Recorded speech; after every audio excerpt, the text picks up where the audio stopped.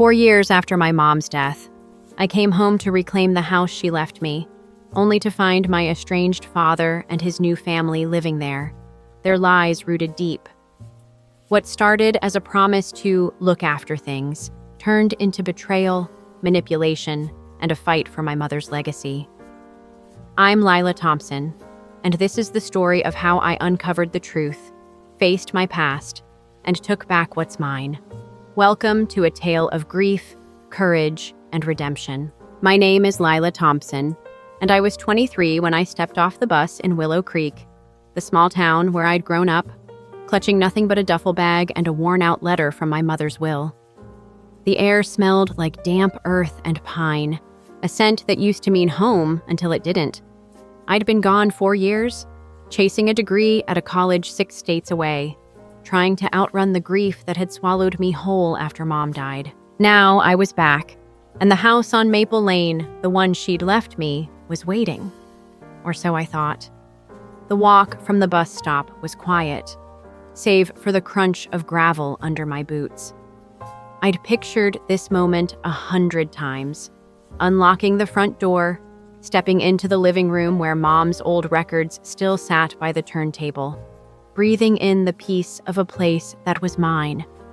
It was the only thing she'd left me, the only piece of her I could still hold on to. But as I turned the corner onto Maple Lane, my stomach twisted. The house didn't look like mine. Not anymore. A shiny red SUV sat in the driveway, new, expensive, out of place against the peeling paint of the porch. The flower boxes Mom had tended so carefully were gone, replaced by tacky plastic gnomes. A basketball hoop hung crookedly over the garage, and the faint thump of music pulsed from inside. I stopped dead, my key dangling uselessly in my hand. This wasn't right. This wasn't what I'd come home to reclaim. I hadn't spoken to my father in years, not since the funeral, when he'd shown up with his new wife, Karen, and her 2 kids in tow, acting like they were part of some happy family I'd never signed up for. He'd left us when I was 10, traded Mom and me for a woman with a loud laugh and a bigger house. I'd cut him out after that, and Mom had too until cancer took her when I was 19. At the funeral, he'd promised to look after things while I finished school. I'd been too broken to argue, too lost to question what that meant. Now, standing in front of my house, I realized I should have. I marched up the steps and knocked hard.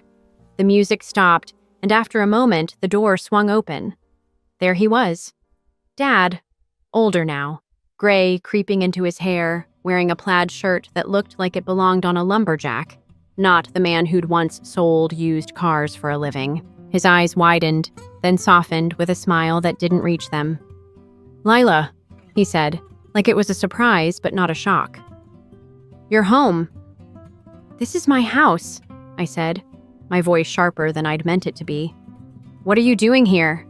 He stepped back, gesturing me inside like I was a guest. "Come in, let's talk. It's been a while." I didn't move. "No, answer me. Why are you here? Why is your car in my driveway?" "Lila, honey," he started. But then Karen appeared behind him, her blonde hair teased high, her lips painted a garish pink. She looked me up and down like I was a stray cat that had wandered onto her lawn. "Oh, Lila," she cooed, her voice dripping with something I couldn't trust. "We didn't know you were coming. You should have called." "I shouldn't have to call to come to my own house," I snapped. "Mom left it to me. Not you, not him. Me." Dad's face hardened, just for a second, before he forced a laugh. "Let's not do this on the porch. Come inside. We'll explain everything." I wanted to turn around, to walk away and figure this out on my own terms, but the key in my hand felt like a tether pulling me forward. I stepped inside, and the house hit me like a punch to the chest. The hardwood floors Mom had polished every Sunday were scuffed and dull. The walls, once a soft blue she'd picked out herself, were now a garish yellow. Her records were gone, replaced by a flat-screen TV blaring some reality show. 2 teenagers, Karen's kids, I guessed, sprawled on the couch, barely glancing up from their phones. "Sit," Dad said, pointing to a chair that wasn't even Mom's. I stayed standing.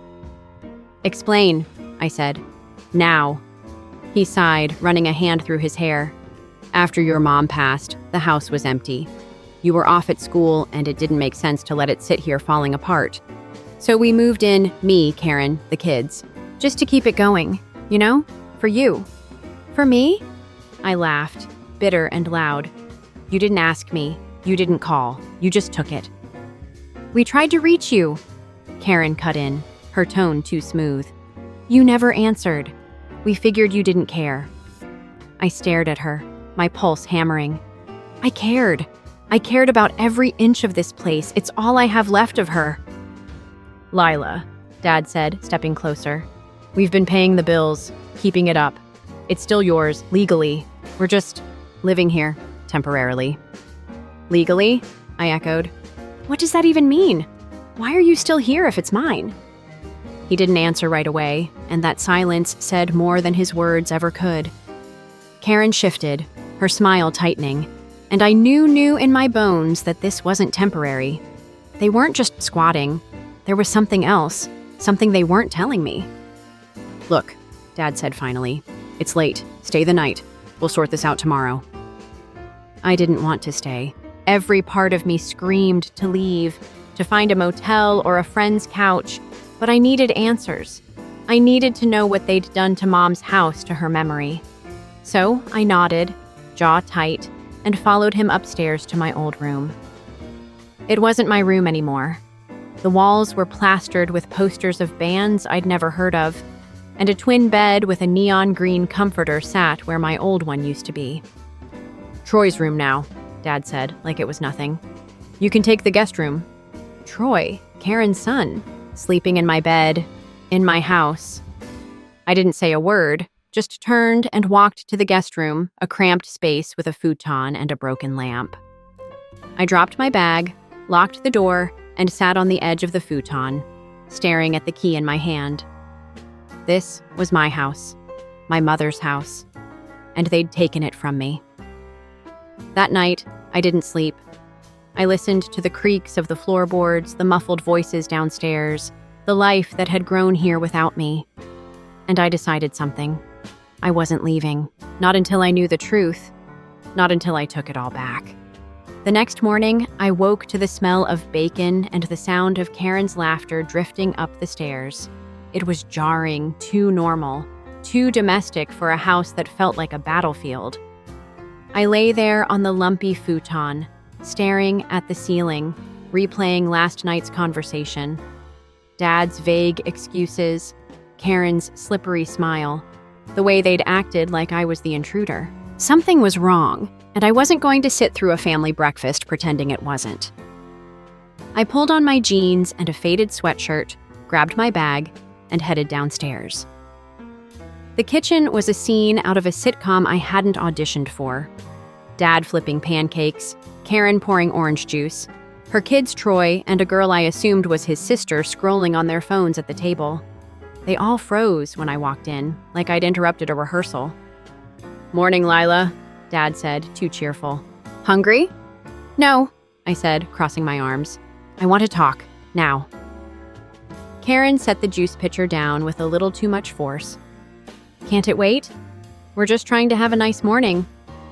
This isn't your house to have nice mornings in, I shot back. It's mine, and I want to know why you're still here. Dad turned off the stove, wiping his hands on a towel. Lila, we went over this. We're just keeping it up for me? I cut in. Yeah, I heard that, but it doesn't add up. 4 years, Dad. 4 years, and you're still here with your whole family, acting like this is yours. Where's Mom's stuff? Her records, her furniture, where is it? He hesitated, and that pause was a crack I could pry open. Karen jumped in, her voice syrupy. We had to make some changes, sweetie. The place was falling apart. We sold some things, stored others. It's all for the best. Sold? My chest tightened. You sold her things? You had no right. We didn't think you'd mind, she said, shrugging like it was nothing. You weren't here. I turned to Dad, my hands shaking. Did you let her do this? Did you let her erase Mom? Lila, calm down, he said, stepping toward me. It's not like that. We've been taking care of the place, paying the taxes, the utilities. With what money? I demanded. You barely paid child support when I was a kid. How are you affording this? His jaw tightened and Karen's smile faltered. Troy and his sister, whose name I still didn't know, finally looked up from their phones, sensing the shift. I pressed harder. What's going on here, Dad? What aren't you telling me? He sighed, rubbing his temples. Fine, let's sit down and talk. Just us. Karen opened her mouth to protest, but he held up a hand. Karen, give us a minute. She huffed, but ushered the kids out, leaving us alone in the kitchen. I sat across from him, the table between us like a line in the sand. Start talking, I said. He leaned back, avoiding my eyes. When your mom died, the house wasn't in great shape. The roof leaked, the plumbing was shot. You were at school, and I didn't want it to fall apart before you could decide what to do with it. So we moved in, fixed it up. With whose money? I asked again. Karen's, he admitted. She had some savings. We used it to cover repairs, taxes, everything. In return, we've been living here. It's a fair trade. Fair? I laughed, incredulous. You didn't ask me. You didn't tell me. And now you're living in my house, selling Mom's things like it's yours to trade. It's still yours, he said quickly. Legally, it's in your name. We're just borrowing it. Borrowing? I leaned forward, my voice low. You don't borrow a house, Dad. You don't move your new family into someone else's home and call it temporary for 4 years. What's the real plan here? Are you waiting for me to sign it over? To give up? No, he said, but his eyes darted away, and I knew he was lying. I'd seen that look before, when he'd promised Mom he'd come back, when he'd sworn he'd call me after he left. It was the look of a man who'd already made up his mind. I stood, my chair scraping the floor. I want proof. The deed, the tax records, everything. Show me it's still mine. Lila, you don't need... Show me, I snapped. Or I'm calling a lawyer today. He stared at me, something flickering in his expression. Anger, maybe, or fear. Fine, he said finally. It's in the study. I'll get it. He left the room and I stood there, heart pounding, trying to piece it together. If the house was still mine, why were they so comfortable? Why had they changed everything? I didn't trust him, not after he'd walked out on us, not after he'd let Karen waltz in and take over. I needed to see those papers myself. When he came back, he handed me a folder, his face unreadable. Here, it's all there. I opened it, scanning the pages. The deed was in my name. Lila Marie Thompson, dated after Mom's death. Tax records showed payments made every year, signed by Karen. It looked legit, but something nagged at me. The numbers didn't add up. The repairs Dad mentioned couldn't cost that much, not enough to justify 4 years of living here rent-free. Where's the rest? I asked. Receipts for the repairs? Proof of what you sold? That's all I've got handy, he said, too casual. The rest is packed away. Packed away where? In the attic, he said. You can look if you want. I didn't like it, his tone, his evasiveness, but I nodded. I will. I headed for the stairs, folder in hand, determined to find the truth. The attic was a narrow space above the garage, accessible by a pull-down ladder. I climbed up, the air thick with dust and memories. Boxes were stacked haphazardly, some labeled Karen's stuff, others unmarked. I found one near the back with Ellen written on it, Mom's name. My hands trembled as I opened it. Inside were her records, scratched and warped, a few photo albums, and a small jewelry box I recognized from her dresser. No receipts, no repair records, just scraps of her life, shoved away like trash. Tears stung my eyes, but I blinked them back. This wasn't about grief now, it was about fighting. Then I saw it, a manila envelope tucked under the albums, unmarked. I pulled it out, my breath catching as I opened it. Inside was a letter, typed and official, from a lawyer's office. It was addressed to Dad, dated 2 years ago. The subject line read, "Petition to contest property ownership." My blood ran cold. They weren't just living here. They were trying to take it. I sat there in the attic, the dim light from a single bulb casting shadows over the letter in my hands. The words blurred as my mind raced, but I forced myself to read it again. Petition to contest property ownership. It was dated October 17th, 2023, 2 years ago, when I was buried in midterms, oblivious to what was happening here.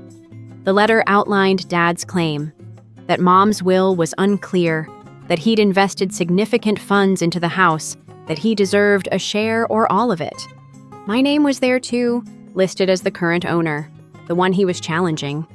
I felt sick. This wasn't borrowing. This wasn't temporary.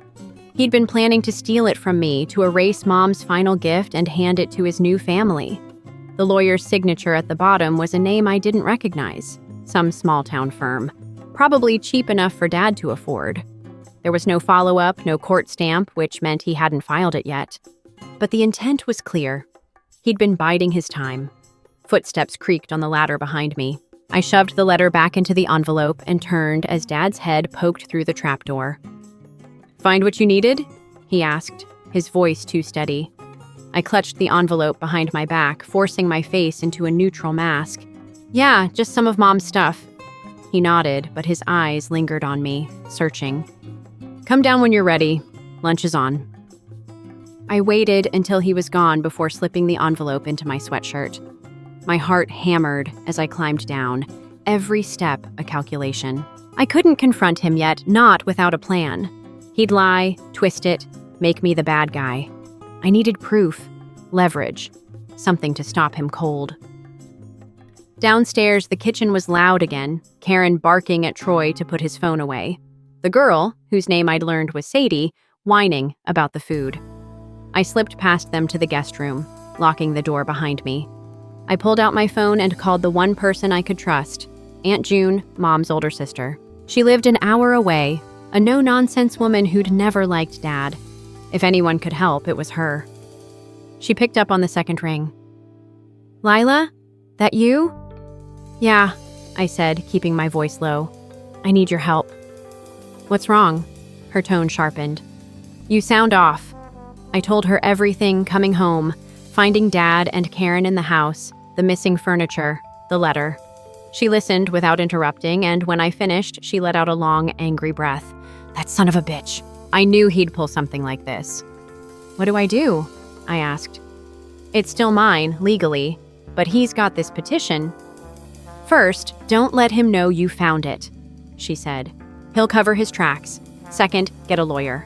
I know someone in town, Mark Hensley. He's good, and he owes me a favor. Third, document everything. Pictures, receipts, whatever you can find. Build a case." "I don't even know where to start," I admitted. "They've changed everything." "Start with what's in front of you," she said. "The house.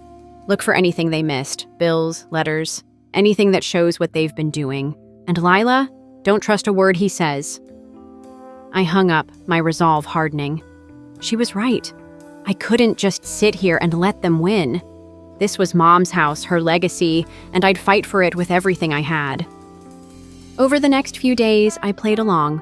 I ate their meals, nodded at their small talk, acted like I was settling in, but every chance I got, I searched.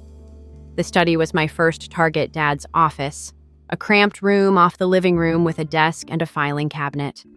He kept it locked, but the key was on his ring, and he left it on the kitchen counter one morning while he showered. I moved fast, slipping into the study and rifling through the cabinet. Most of it was junk old tax returns, car insurance papers. But then I found a folder labeled Maple Lane. Inside were receipts, roofing repairs from 2022, plumbing bills from 2023, all paid by Karen.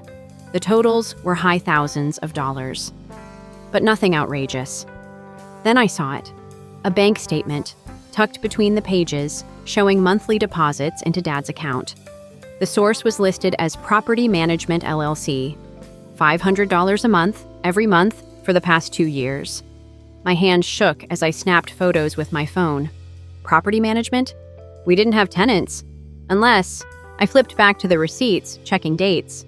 The repairs stopped a year ago, but the deposits kept coming. Were they renting out part of the house? The garage, maybe? The basement? I hadn't been down there yet. Karen had said it was under construction, but I'd heard noises at night, footsteps that didn't match the family's rhythm. I needed to see for myself. That night, after they'd gone to bed, I grabbed a flashlight and crept downstairs. The basement door was in the kitchen, locked with a deadbolt. I didn't have a key, but the lock looked flimsy. I'd seen Troy pick locks with a paperclip once, showing off to Sadie. I grabbed one from the study, bent it, and after a few shaky tries, the bolt clicked open. The stairs creaked under my weight, the air growing cold and damp as I descended. The beam of my flashlight swept over concrete walls, a water heater, stacks of boxes, then stopped. In the far corner was a mattress, a mini fridge, a folding chair. Someone was living here. Clothes hung on a makeshift rackman's jeans, a jacket I didn't recognize. A half-empty beer bottle sat on the floor. My stomach dropped. They weren't just living in my house. They were profiting off it, renting out pieces of it while they plotted to take it all. I snapped more photos, my breath shallow, then froze. Footsteps thudded above me. Someone was awake. I killed the flashlight and pressed myself against the wall, listening. The kitchen floor creaked, then stopped. A shadow moved under the basement door. I held my breath, waiting, praying they wouldn't come down. After an agonizing minute, the shadow retreated and the house fell silent again. I slipped back upstairs, relocked the door, and returned to the guest room, my mind racing. This was bigger than I'd thought. They weren't just squatters. They were running a scam, using my house as their cash cow. And I was going to stop them.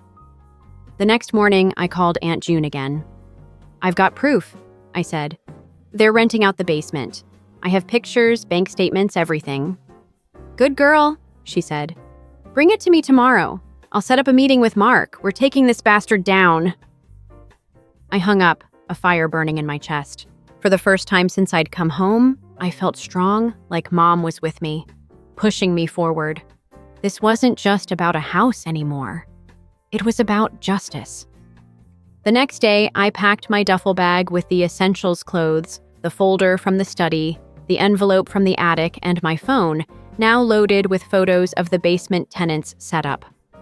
I couldn't stay here another night, not with the truth burning a hole in my chest. Aunt June had texted me an address, her place, and said Mark Hensley, the lawyer, would meet us there at noon. I just had to get out without tipping Dad off. I waited until mid-morning when the house was in its usual chaos. Karen was yelling at Sadie about a lost hairbrush, Troy was blasting music through his headphones, and Dad was out back tinkering with the SUV. I slipped downstairs, bag slung over my shoulder, and headed for the front door. I'd almost made it when Karen's voice cut through the air. "Where you off to, Lila?" She stood in the kitchen doorway, arms crossed, her eyes narrowing. "Out," I said, keeping it short. "I'll be back later." "With your bag?" She stepped closer, her tone sharpening. "You're not planning to run off, are you?" I forced a smile, my pulse racing. "Just visiting a friend. No big deal." She didn't buy it. I could see it in the way her lips pursed, but she didn't stop me. "Tell your dad if you are staying out late," she said, like she had any right to play house mother. I nodded and bolted before she could say more. The walk to the bus stop felt like a marathon, every rustle of leaves making me glance back. I half expected Dad's SUV to roll up beside me, his fake concern ready to drag me back. But I made it, boarded the bus, and an hour later, I was standing on Aunt June's porch, a weathered bungalow surrounded by rose bushes Mom would have loved. June opened the door before I could knock, pulling me into a hug that smelled like lavender and cigarettes. "You look like hell," she said, ushering me inside. "But you're here. That's what counts." Mark Hensley arrived right on time, a wiry man in his 50s with a handshake like steel. We sat at June's kitchen table, papers spread out between us, my photos, the bank statements, the petition letter. He flipped through them, his brow furrowing deeper with each page. "This is a mess," he said finally, leaning back. "But it's a winnable mess. The deed's in your name, Lila. They've got no legal claim unless they can prove you abandoned it, which you didn't. The repairs they made doesn't entitle them to ownership, just reimbursement, maybe. And this," he tapped the petition letter, This is intent, but it's not filed. They've been bluffing. What about the tenant? I asked. They're renting out my basement. That's where it gets juicy, Mark said, a glint in his eye.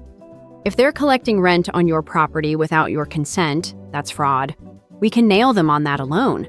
Question is, how far do you want to take this? I looked at June, her jaw set, then back at Mark. All the way, I said. I want them out. I want my house back. He nodded. Then we start with a cease and desist letter. Formal notice to vacate, citing the illegal tenancy. If they fight it, we go to court. With this evidence, they don't have a leg to stand on. How long? I asked. Letter goes out tomorrow. They'll have 30 days to leave. Court could take months if they push back, but I doubt they've got the cash for a decent lawyer. I exhaled, relief mixing with dread. 30 days. I could wait that long, but I couldn't go back there now. Can I stay here? I asked June.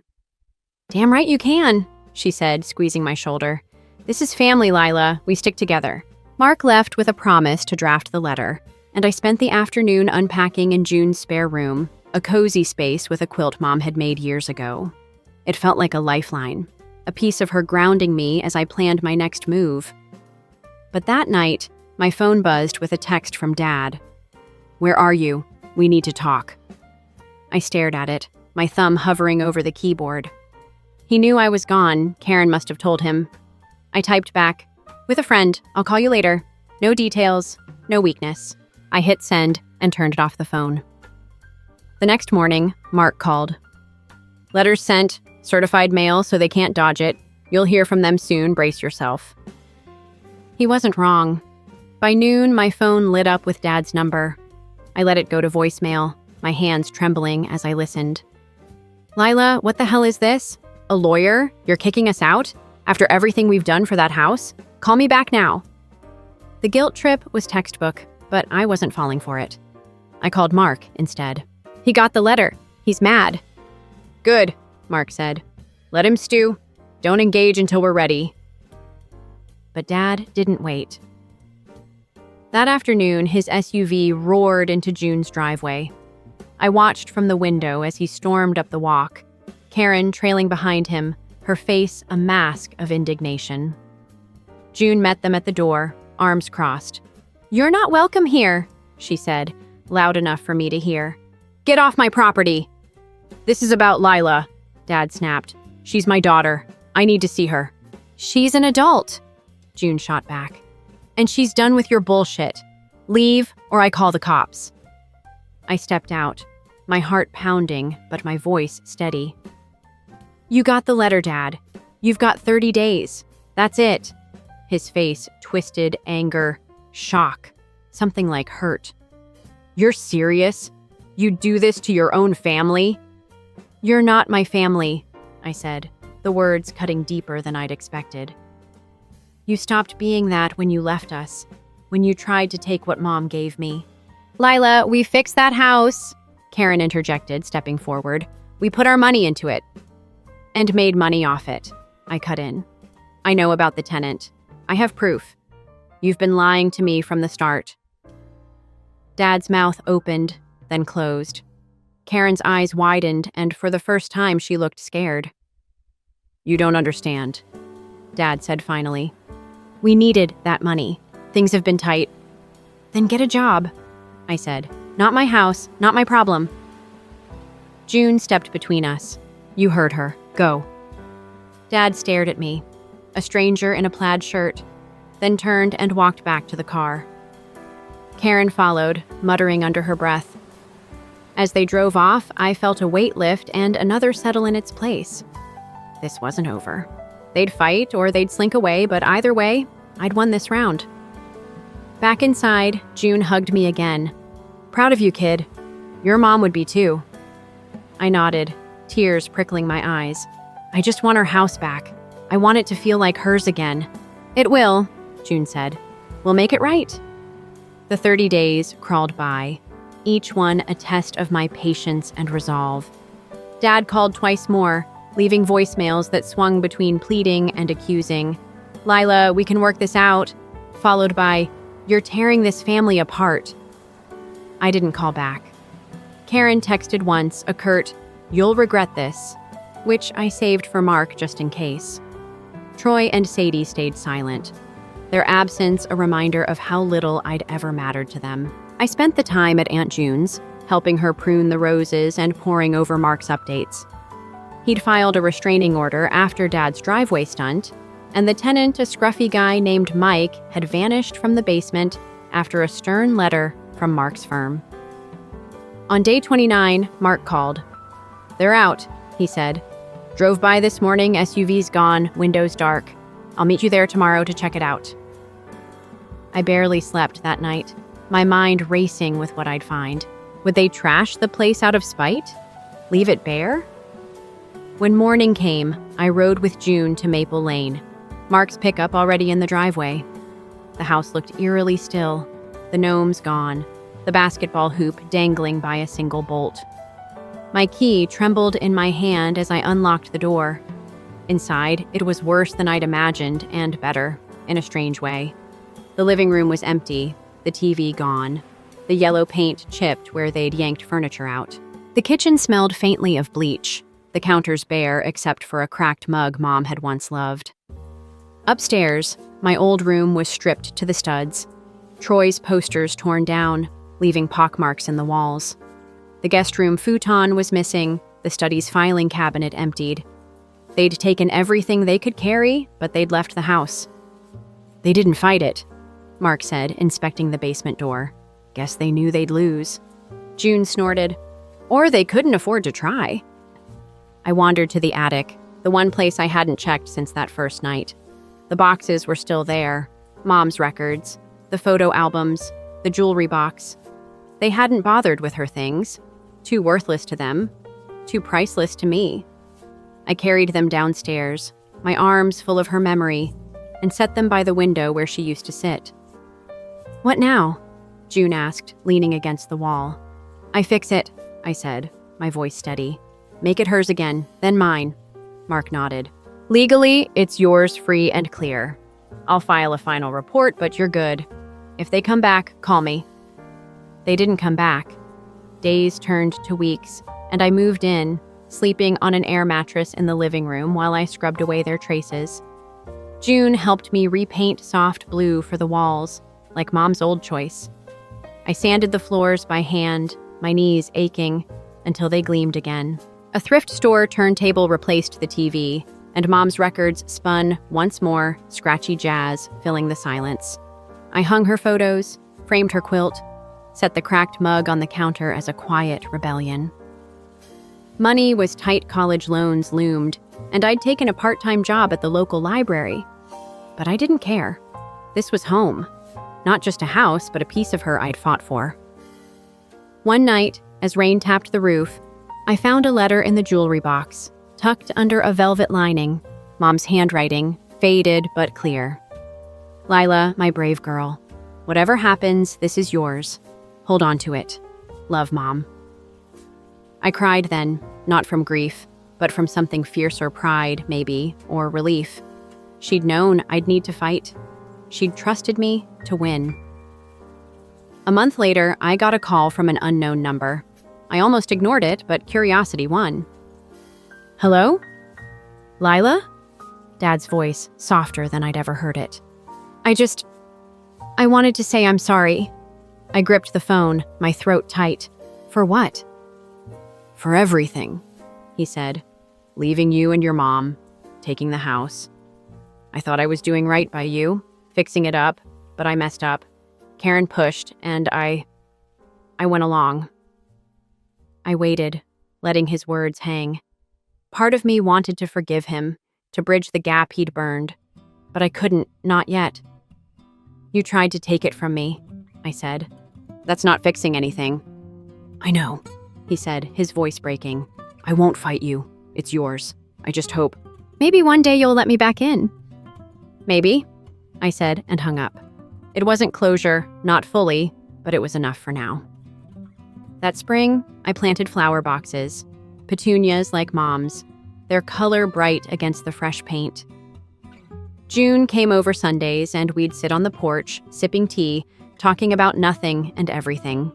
The house wasn't perfect. The roof still leaked in heavy rain. The basement needed work, but it was mine. I'd lost Mom, lost years to grief, but I'd gained something too. Myself. Standing there, watching the sun set over Maple Lane, I felt her with me, not a ghost, but a strength I'd carried all along. This was her legacy, and now it was mine to build on. I'd fought for it, bled for it, and I'd never let it go.